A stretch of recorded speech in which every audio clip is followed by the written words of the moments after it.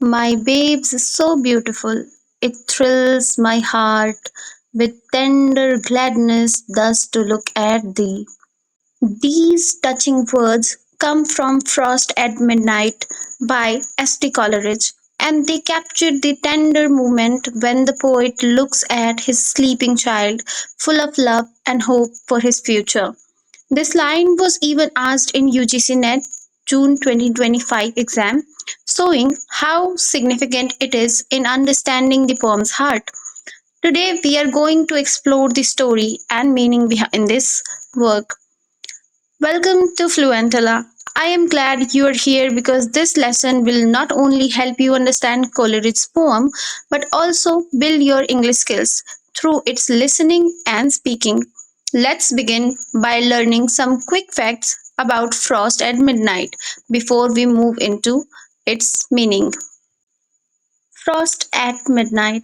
It is written by St. Coleridge in the year 1798 and it is one of Coleridge's finest conversational poem, meaning it feels like an intimate chat between the poet and the reader.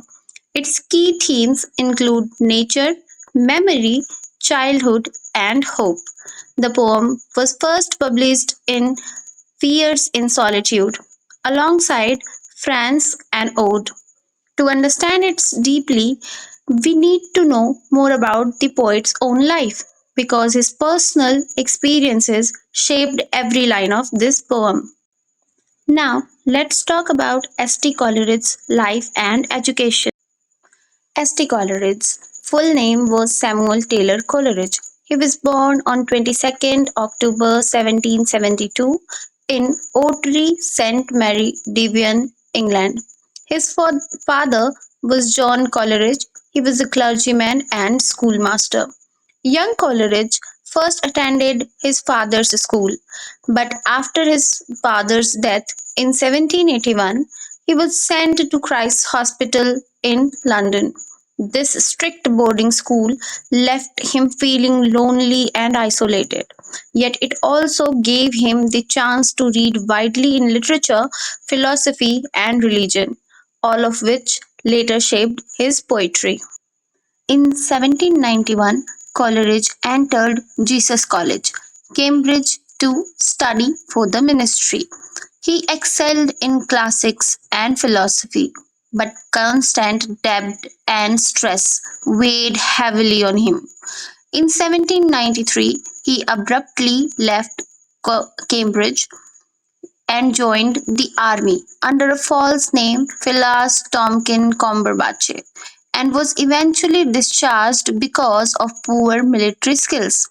These restless experiences would later echo in his themes of solitude and longing. During his university years, Coleridge developed a strong interest in poetry, politics, and radical ideas. He formed a close friendship with Robert Southey, and together they imagined creating a utopian society called Pentecosty. Though it never happened, the dream reflected his hope for freedom and harmony. Around this time, he began writing poems influenced by classical learning and the growing Romantic movement. By the late 1790s, Coleridge was publishing poems and giving lectures. In 1798, he co authored lyrical ballads with William Wordsworth, a work that became a milestone in English Romantic poetry. That same year, he wrote Frost at Midnight, blending personal memory with a vision for his child's future. Now that we know the background, let's move into the first part of Frost at Midnight. Here, Coleridge describes a cold winter night where frost quietly works its secret ministry without the help of any wind. The cottage is silent except for the occasional cry of an owl. Everyone else is asleep, even his baby, who lies peacefully beside him. The stillness is so deep that it almost disturbs his thoughts. Nature feels frozen in a dream. He notices the faint blue flame on the fire and a thin film fluttering on the grate, the only thing moving. In this perfect hush, The poet sees the film as a quiet companion reflecting his own wandering thoughts. The fluttering film reminds the poet of his school days. He recalls staring at such a moment and dreaming of his home, the village, the church bells, and the joy they brought. In class, he often pretends to study while secretly hoping someone dear would come and free him from the strict school life. Turning to his sleeping baby, the poet feels deep joy and love. He hopes his child will grow up learning from nature, not in the confined city as he did. Unlike his own childhood, the baby will experience lakes, mountains, and skies, the eternal language of God, and be shaped by nature's beauty and wisdom.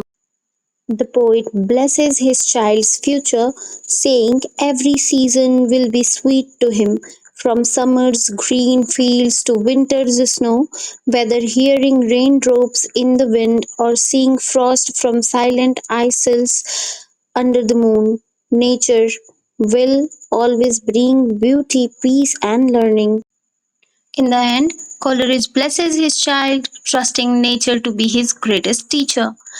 Now, thank you very much for watching. If you enjoyed this video, don't forget to like, share, and subscribe for more lessons. See you in the next video.